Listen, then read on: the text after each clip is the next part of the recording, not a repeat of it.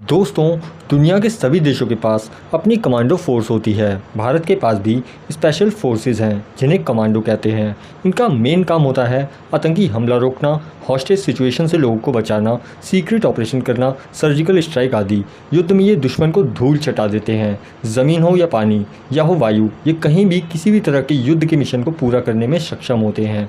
ये मारने और मरने दोनों के लिए तैयार रहते हैं। तो आइए जानते हैं भारत के ऐसे ही 10 खतरनाक कमांडो फोर्सेस के बारे में। नंबर 10, स्वाट कमांडो। इनका पूरा नाम स्पेशल वेपन्स एंड टैक्टिक्स है।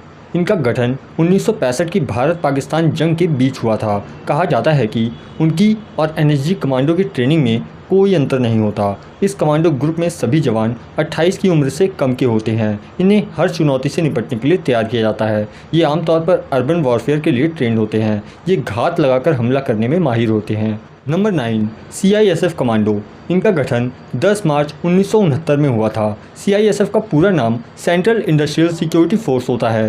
ज़्यादातर इंटरनेशनल एयरपोर्ट जैसे कि दिल्ली और मुंबई की सुरक्षा यही करते हैं और ये VIP जगहों की भी देखभाल करते हैं, जैसे Bhabha atomic research institute, ISRO के केंद्र, एटॉमिक पावर प्लांट आदि। 26/11 मुंबई हमले के बाद प्राइवेट सेक्टर की सिक्योरिटी में भी इनको तैनात किया जाने लगा। Number 8, force 1 commando. मुंबई में जब 26/11 आतंकी हमले के बाद फोर्स 1 कमांडो बल बनाया गया। इसे महाराष्ट्र की सरकार ने बनाया था ताकि दोबारा ऐसी घटना ना हो। ये किसी भी समय आपदा या हमले का सामना करने के लिए तैयार रहते हैं। दुनिया की सबसे तेज़ कमांडो फोर्स में से ये एक हैं। असल में इसमें महाराष्ट्र पुलिस के ही जवान को लेकर घातक ट्रेनिंग दी जाती है। फिलहाल इस फोर्स में 300 कमांडो हैं और इनकी ट्रेनिंग NSG कराती है। नंबर 7, घातक कमांडो फोर्स। ये कमांडो फोर्स अपने नाम की ही तरह बहुत घातक हैं। इसे 1965 के भारत पाकिस्तान युद्ध में बनाया गया था। घातक प्लाटून आमने सामने की लड़ाई के लिए दक्ष होते हैं। पाकिस्तान में हुई सर्जिकल स्ट्राइक में पैराएसएफ के साथ इसी टुकड़ी ने हमला किया था। इसमें फिलहाल 7000 कमांडो हैं। Number 6, SPG commando force.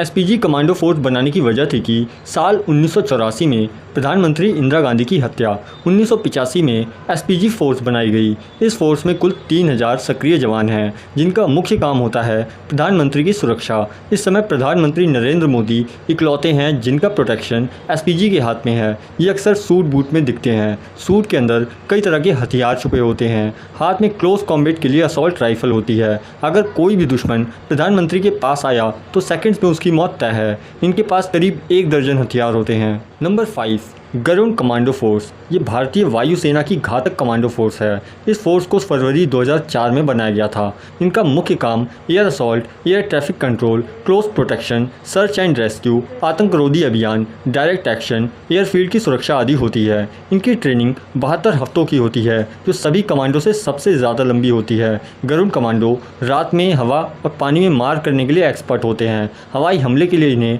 अलग से ट्रेनिंग दी जाती है। फिलहाल इस फोर्स में 1780 गरुड़ कमांडो हैं। Number 4, NSG commando force. जब भी देश में बड़े बड़े आतंकी हमले हुए हैं, चाहे वो 26/11 हो या फिर अक्षरधाम मंदिर का हमला, NSG कमांडो फोर्स ने ही आतंकियों को ढेर किया है। यह देश के ब्लैक कैट्स। NSG का पूरा नाम राष्ट्रीय सुरक्षा गार्ड है। इस फोर्स को 1984 में बनाया गया था।